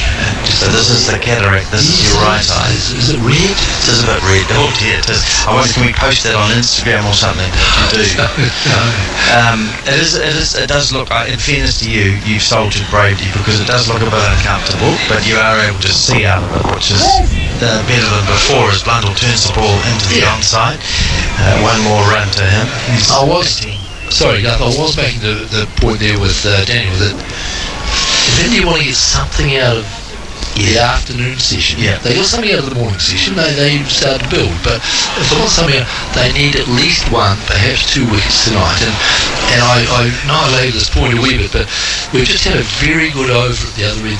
They need 2 or 3 good overs together to just build a little bit of pressure, and I just sort of feel that Blundell in particular, just outside the off stump, has played and missed, I don't know, 1 ball and over recently, not getting back and across. Shami's going around the wicket to the left-handed Latham short, and Latham drops underneath it. Yeah, I felt that Blundell just looked a bit uncomfortable. We were talking on the air with Jerry about his backlift and how he takes the bat up towards third man or a gully area, and sometimes, you know, when that ball is coming back into him quickly, as Bumrah does hurry people up with his action, just felt that he was struggling to get his bat down straight and playing, almost wanting to be inside out to face the ball coming into him with a full face of the bat. Yeah, never really affected Greg Chappell, that sort of backlift, but perhaps Greg Chappell brought his bat back round first. A bit straighter. Well, you must have seen a bit of it as his next ball flying over the top of the stumps, let go, just outside off as well, so Shami generating a little bit of pace. Yeah, I just think sometimes he's playing off the back foot as if it's just medium pace, and therefore trying to pick the gap in front of point or a cover, whereas if you play like a quick bowler, you go back out and cross and play it back down the pitch more, and therefore your bat's coming through straight. But I don't think his bat is coming through straight. That's not part of the issue. Anyway, it's a good coaching session. We could fix it in no time with him. Half an hour with us, and this is outside the off stump from Shami, so not making the batsman play enough in that over. Mohammed Shami, I'm sure that he will feel that. Blundell's 18, Latham is 12, it's 37 without loss, 14 overs have gone. Difficult these days to actually approach some of these players and give them coaching tips, though, especially when the first comment is, who the hell are you? Well, I mean, it makes it difficult. From there you're on the back foot really as a coach, aren't you? Absolutely. So perhaps I won't try and give. I don't think so. We need someone like Ray Hunt. Oh, now there's a coach from the past. Well, Ray would, and many of our listeners will know Ray, and many won't. But Ray was a former Otago selector and coach and played for Canterbury. Yes, he did. Some first-class cricket.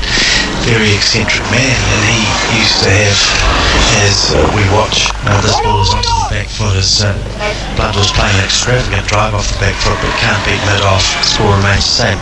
He had what was a leg spin bowling machine. He used to take Peter Neutz and David Carl Dickel. We used to have a bowl in his house in Bedford Street. They used to have to go into the garage and bowl to a stationary bat, didn't they? They did, and they had to hit the bat. Whereas when you were actually playing, you would try and beat the bat. I can remember going to Ray Hunt's place when I was captain, and he had a pool table in the garage. Here's the next ball from Yadav. Sees Blundell playing back again. He had 11 little fielders, little plastic men, and he'd say to me, now you've got to do this quickly, Warren. Medium pace bowler, in swing, left hand bat, he's on 34 and batting well. Set the field. And I just set the field for him, and he'd say, what's that player doing on the leg side, just behind square? I didn't have any idea really. I just was trying to spread the players out. Then he'd say, but he was Stephen Bock bowling, right-hand batsman, tall fellow with a big front foot or something. Next ball is just seeing Blundell squaring up, and for a moment the slips thought that the ball had got through. Well, but he didn't sort of say it like that, did he? He'd say, no, Lees, what are you doing? Right tall batsman, hard hitter, and you set the field. Well, he got me up to his house for a very long session in Bedford Street in the garage when I was unfortunately named as the captain of the Otago under 22 team. We went up to Gisborne together. Here's Blundell turning the ball into the onside. They're going to look for two. It's a big chase for the fieldsman coming in from the square leg boundary, and his throw is a good one. It means that it's just one more run to Blundell is 1938. So I went out there, and I'm trying to think who was in the team. We had a fellow Jeff Milwinnie, Russell's brother. Russ played a few strokes over. Left arm, quite sharp. Yes. He'd say, right, and then he'd say Gilloy Milwinnie from the southern end at Harry Barker. Windy conditions, winds coming across his shoulder. Where are you going to set that field? No, he wouldn't say where you're going to set it. He'd say, this is the field, this is it. And I'd have to write it down. Here's a ball that comes back in, and does it hit Latham in the arm? He looks a bit uncomfortable. He's walking away. It's hit him just where you don't want to be hit, midriff and inside thigh area. He's okay though. So no, he wouldn't ask me what I thought. He would say, this is the field. And I was there for hours with him, and I left with about 30 pieces of paper for each field, each bowl. Well, I had there were 6 bowlers, and I think I had 5 fields for each of them, and I had to take them out on the field with me. We got up there on the first day, and we played a Canterbury side, and as usual they were a lot better than us, and things went awry in the first session. These were 66 over games, I think, from memory. They were long days, and I had to sort of think about moving away from Ray's theory to mine as Latham kicks this ball away as it drops towards the stumps. Another over comes to an end, 38 without loss, so Latham is 12, Blank's 19, 242 India scored, New Zealand 38 without loss, and I got up there and everything sort of didn't go to plan, so I just put the paper, I had fat little thighs because I had so much paper inside them with all the fields, and I can remember thinking, look, no, this just doesn't work anymore for me, I'm just going to set my fields. Well, I came off at lunch, he said, Galloway, a word, and he took me aside and he said, I haven't come all the way up to Gisborne to watch you set the field. You set the fields I give you. You do. And so for the next 4.5 days, that's what I did. We had the hunt shuffle at Otago in first class cricket, where I had to give everyone 1 over each, and then so that was in 50 over cricket, wasn't it? Yes, it was one day cricket, and everyone bowled 1 over. There were 7 bowlers, and then we start again, and I thought it was the most ridiculous thing I'd ever heard of. Shami bowling to Blundell, no run. The worst thing happened. You wouldn't believe how it worked. Yeah. We had the opposition something like 5 for 42. The whole season was going to be like that, but you did do it a lot, didn't you? And it was, but that was, you probably wouldn't think too much of it now, but or if someone did that, but it was an extraordinary thing, because in those days it was 5 overs, and then it's pretty routine, wasn't it? It was a little bit like opening the World Cup model with Tibet Patel. We were going to lose if we did the normal thing. Yeah. So we tried to do something different. That came from you and the hunt shuffle as forward comes Blundell pushing it into the offside. Yeah, you could say that the Patel opening the bowling in the World Cup may have originated with some sort of thinking from Ray Hunt. Yeah, I think it did. And you and your involvement, and Crow adopting it as captain in '92. But again, that was seen as, and it just shows you how much the game has evolved and changed. To open with a spin bowler in a one-day game was just seen as wild. It was crazy, risky and crazy. But obviously, top order batsmen didn't know how to play spin bowling particularly well, and it was very successful, wasn't it? Here's Shami bowling again. Blundell turns into the onside. Wait on. Is the call? Yes, but Ray Hunt, he was legendary really in Otago cricket for a long time. He came and watched the club game I was playing, and I was batting with Andrew Jones, and Jonesy was Ray was chairman of selectors at the Otago side. When he was standing down the scoreboard, He was standing at Tonga Park and playing a senior club game there, and Jonesy was on strike, and Ray Hunt decided that he would remove his shirt. That'd be a sight. It was, as the next ball was played by Blundell defensively into the offside. So it was a hot sunny day in Dunedin, 14 degrees, and Ray took his shirt off. Down by the side screen. Yeah, and he would have been in his mid-60s then, I would think. So not pretty really, and he was very white. Alabaster sort of white. Alabaster's there too, green or Jack? No, Green and Jack weren't there, but he was a very white, pale-skinned man. And Jonesy, said, "Could you please move, because you're right behind the bowler's arm." And he stood there like in this centurionist. Here he's, this is Blundell pushing outside the off stump again. He looks uncertain. Shami is testing him well, and that flies through to Pant, and down the pitch they come, having a prod and a good delivery just on that off stump area, and again not getting across. Anyway, the long and the short of it is that Jonesy, he said, "Please can you move, Mr. Hunt?" And Ray said, "No, I'm not moving. I'm standing behind the bowler's arm." He said, "I'm not moving. You should be able to play." And he absolutely refused. Standoff. Game stopped. Ray would not go. Chairman of the Otago selectors. Wonderful.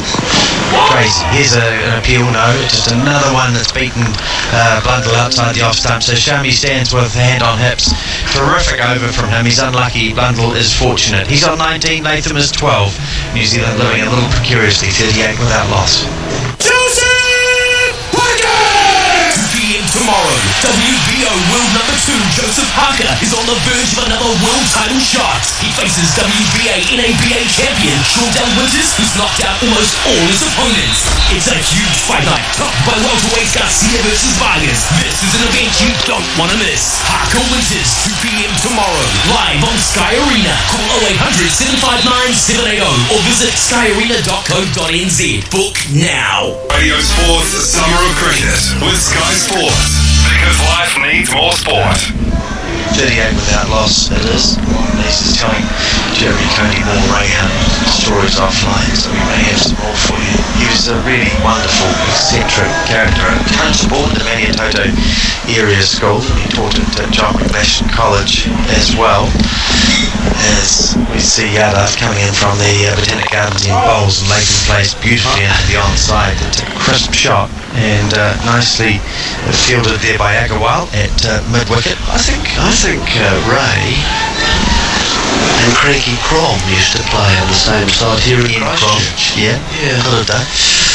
They used to spread those little pebbles on the pitch. What does that? So did they?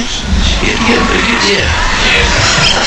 Well, it sounds like they're playing with Warren Leeds. Here's the next ball outside the off stump, no shot from Latham. So they leave little pebbles on the pitch, just to make things interesting. Just the bowls. Gets up here a little shooter or one that flow and one that nip back. Jack Alabaster told me a story that he said to Alabaster when he was running the Otago side one year, and Jack of course was a leg spinner and a wonderful, strong-minded, very principled Jack. And here's the next ball is outside the off stump, no shot from Latham, and Alabaster, Jack said to me that Ray came up to him and said, "You're not going to bowl around the right-hander's legs this year." Leg spinner, and Jack used to pick up wickets that way. He said, "You're going to bowl outside off stump." And Jack just couldn't comprehend that. He was being told what to do, a New Zealand spinner, and Ray saying, "This is where you bowl off stump, nothing else." And they played Auckland as here is Yellow bowling. Latham looks like he wants to tee off and then decides not to. And Ross Morgan was in. And off spinner? Yeah, right-handed batsman, top-order batsman. Yes. And he went to sweep one and got bowled round his legs. And Ray was sitting up on the terrace at Carisbrook on a wooden stool. You want to call him back? Carry across. Jack looked up at Ray as if to say, "Told you so," and Ray yelled out, "Off stump, Alabaster, off stump, none of that leg side stuff." Still not prepared to accept it.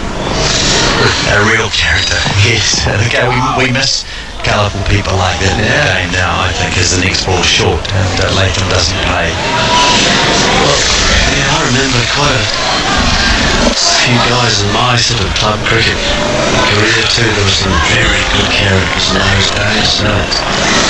Terry O'Reilly, yep, little batsman for the club, hairpiece, cigarette always just out of his. He's out of bowling and Latham plays away from his body down to third man for 4. The umpire's broken a little bit by that boundary as he goes back and across and cuts it nicely. 42, then Latham is 16. Yeah, control stroke. But yeah, I remember that old. I went back to the club actually about a couple of years ago. Yeah, and I thought when I started it was a car park when I went back, but it used to be an old wooden pavilion, those pitted, that smelt of wintergreen and linen and it was like that. They played rugby there in the winter. A little tiny little square of carpet. Yeah. That if you looked at it too long, it damaged your retina. And a horrid little kitchen as well.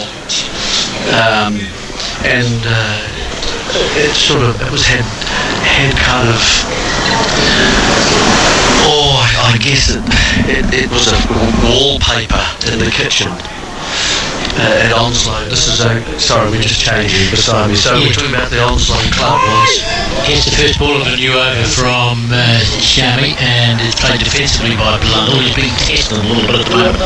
Onslow, the wooden floors. Exactly, wooden floors. With holes in them. On, exactly. Yeah, rugby gym. That's right. And that had a little kitchen there where they used afterwards. They poured all the jugs, and had those to take over the meat raffles. And Terry O'Reilly used to always play the piano in the corner. Still had the cigarette half out of his mouth, sticking to his lower lip. And he used to walk everywhere. He did. Didn't take the bus. He's Shami. After Blundell leaves down the offside. But the horrid kind of little wallpaper, and it looked like Bulgarian ration books. It was a terrible kitchen. No, I hadn't, but that's what I imagined what they were. And this green kind of colour to the... Oh, the old days, Jerry. Oh dear, it should have been drained, that colour. It looked horrible. And then we had a guy who was looking after all the cricket in the smallest toilet in the world. Shami bowls to Blundell, who's on the back foot, just guiding it out defensively in the offside, not taking any risk. You'd swing a cat in there, it would die, immediately. And it would sink you. It would come back and sink you if it could have. And then there was the room beside where all the gear bags through. We had about 20 teams at Onslow in those days, and all looked after by Jimmy Linton. Linton was in charge of all those gear bags. Here goes Shami from the broadcasting end. Port Hill's end, bowling to Blundell, and Blundell turns us to the onside. It's gone down behind square. There'll be one. Fieldsman coming in from the boundary prevents any more than one of being taken. And score moves on to 43. Latham is 16, Blundell is 20. And Shami, he's bowling a tidy spell, no pressure.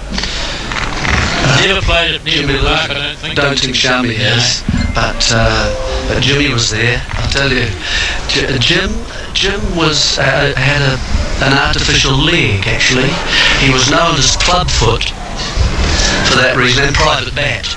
And he was a good bat actually. He played about the third team. He turned up all the time, looked after all the bats, made sure every kit was ready for the boys with the 3 stumps and the scorebook and the ball and so on. And then you go out and play as well. Got run out a lot, Jimmy, especially before Christmas. Shami's going to go round the wicket, bowling to Latham, and Latham gets a bouncer. Ducks underneath it, punches his back as it goes over his back to 43. Run out a lot, and I couldn't work it out actually for a while, but it was because the pitches in Wellington at that time were quite damp. Right. And so he'd play quite a strong shot, and then the artificial leg used to get caught in the pitch, the soft surface of the pitch, and he tended to run in circles. Run out. Here's Shami going around the wicket to Latham. Another short delivery. Good bounce there as it goes through past the outside edge of his bat. Another tidy over from Shami. 5 overs, 1 maiden, none for 5. Blundell 20. Latham is 16. I suppose club cricket's probably coming to an end at Neville Park about now. Would be about now, you're right. Jimmy run out, or a couple of his mates in the team all run out. Oh yes, lovely old judge days. for the single, yeah, it was. The ground staff used to sort of fix the motor mower and the changing. Oh, they did everything. Yeah. They did everything. Yeah, I remember. How can you forget those days? Well, I can't. The old days. They've all changed now because it's moved into a more fancy, yes, kind of multi-sport complex now. Guess who's got the pads on and a helmet on sitting in the changing room? Where? Here. Wagner. Correct. Yes, yeah. Sitting there looking as happy as a sandboy. Here's Yada bowling to Blundell. He gets a short ball and he pulls it into the onside. Out towards mid-wicket. He's hit it pretty well too. It's going to the boundary for 4. Boy, that was quick. He's got quick hands. Oh, he was onto that like a shot, wasn't he? Very quickly. He's hurled it on the back foot and hit it away to the mid-wicket boundary for 4. Blundell 24, 47 without loss. He's very quick with that. Dragged down onto it and hitting it so far in front of square. Beats all the men out there. Disciplined. He's got 24 from 61 deliveries. Yada bowls him. He has more runs. Turning the ball away under the onside. Down towards the backward square leg. Just the one this time. As the long shadow of the fieldsman in the deep comes round to pick up, and they take another single. 48 so far for the first wicket. Yeah. Latham 16, Blundell 25. Well, he was talking about sort of 50 was the guide, wasn't he, for New Zealand? And it's been a hard fought 50. Yes, 48. They've really been put under a bit of pressure. There's good pace in this attack. Every delivery's around the 140 mark. It's nearly 20 overs for the 48. So it hasn't been easy. Ball's nipped about, bowls are bowled. Yada bowls to Latham, who's defending, back along the pitch towards the bowler. They've earned these runs. Latham on 16, 49 balls, and Blundell 25 off 62. So it hasn't been easy. All in response to India's innings of 242 dismissed after they were sent into bat today. Half centuries to 3 of them, but they never went on and get the big scores. Shaw 54, Pujara 54, and Vihari 55. That was the best they could do. Here's Yada bowling to Latham, who guides it to backward point. There's no run for him. And there were modest scores from others. The big wicket of Kohli was the turning point with the LBW to Southie. Soon after Rahane was caught by Taylor from bowling Southie. When you look at it, really, Kohli got a really good one, but Pujara gave his wicket away rather more readily than he should have after doing the hard work. 140 ball innings and 54. And they were out for 244, having been 42 having been sent into bat. Here's the next ball to Latham, who's defensive, playing back along the pitch to the bowler, the end of a Yada bowler. No, still one to be bowled. He just tossed the ball away to Agarwal to do the polishing, and then they head back for the last delivery. But it is good, solid opening partnership stuff from this pair. They weathered a fairly torrid storm, and they know they'll be in for it again tomorrow as well. Because of night's sleep, and Yada, well, he hasn't done much in terms of bowling. Somebody's walking behind the sight screen, and Tom Latham saw it. That'll take a little bit more time up. Another 3 overs, I reckon, Watts. 7:30, 3 overs in 15 minutes. Yeah, that's about the pace that they bowl at. Here's Yada bowls to Latham. Latham turns into the onside, just behind square. There'll be one for him. They're going to go for 2. No, he slips over Latham down at the non-striker's end. Slips over. Has he done any damage? I hope not. He's getting up rather awkwardly. No, he's fine. He got a single and he's got the strike, because that's the end of the over. 6 runs coming from it. Latham 17, Blundell 25. It's 49 for no wicket in reply to India's 242. 7:30. They've got another 15 minutes to play, and they can play longer, really, couldn't they? Well, it depends. Look at the sun's now heading towards the horizon, which is of course its path. But it's come down quite quickly. So one of the things we have learned today, we're east and west is on this ground. Yeah, we're the sun started up here in the today. east. Yeah, and it's going down the west. That's it. Yeah. So we know where north and south is too, don't we? We do now. Yeah. We're very comfortable with the areas of this ground now. Yes.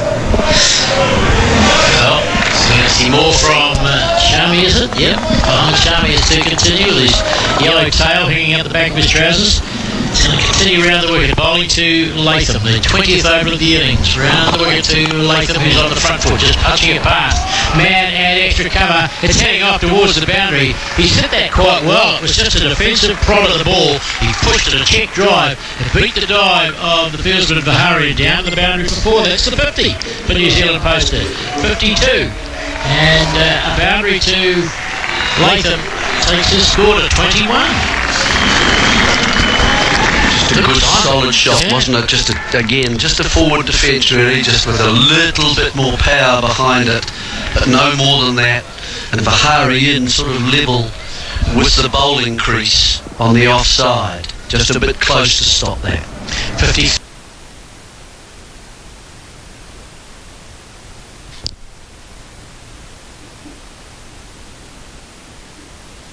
ইংরেজি হয়তো বা অনেকে বোঝে না, so আজকে আমি আর ইংরেজি দেবো না। সবাই খেলাটা দেখতে থাকো এবং সাবস্ক্রাইব করে রাখি সবাই চ্যানেলটাকে সাবস্ক্রাইব করে রাখি।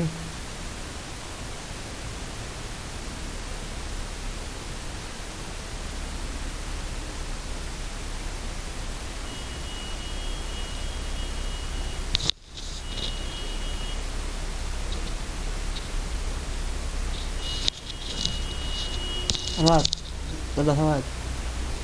Tada Ahmad.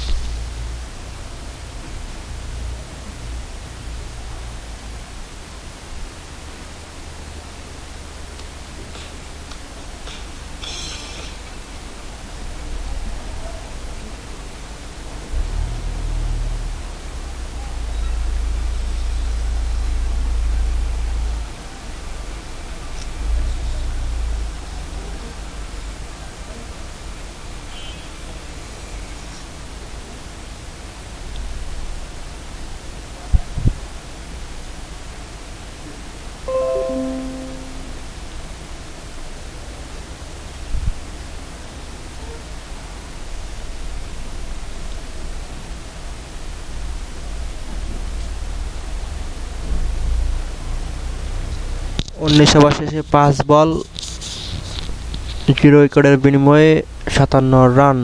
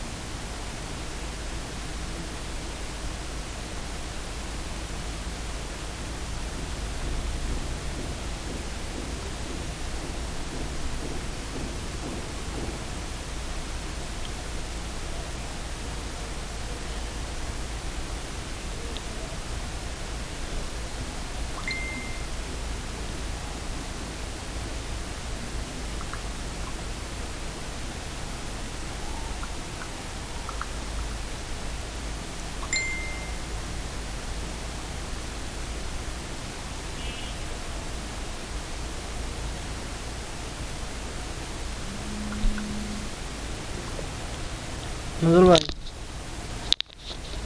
হ্যাঁ হ্যাঁ ভাই বলেন কোনটা না ফালাইছি না রয়েছে? আচ্ছা ঠিক আছে।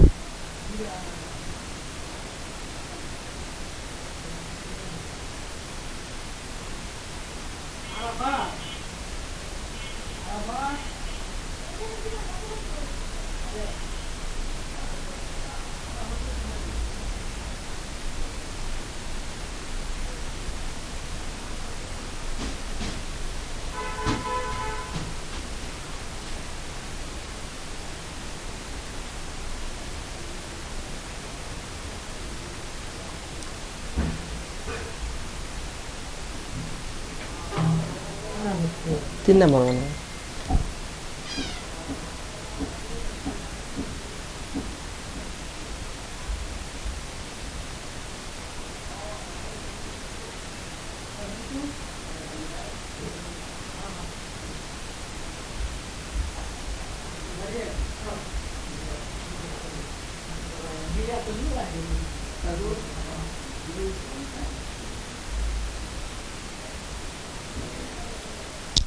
একুশ ওভার শেষে 57 রান 0 উইকেটের বিনিময়ে স্কোর রেট হচ্ছে 2.71 2.71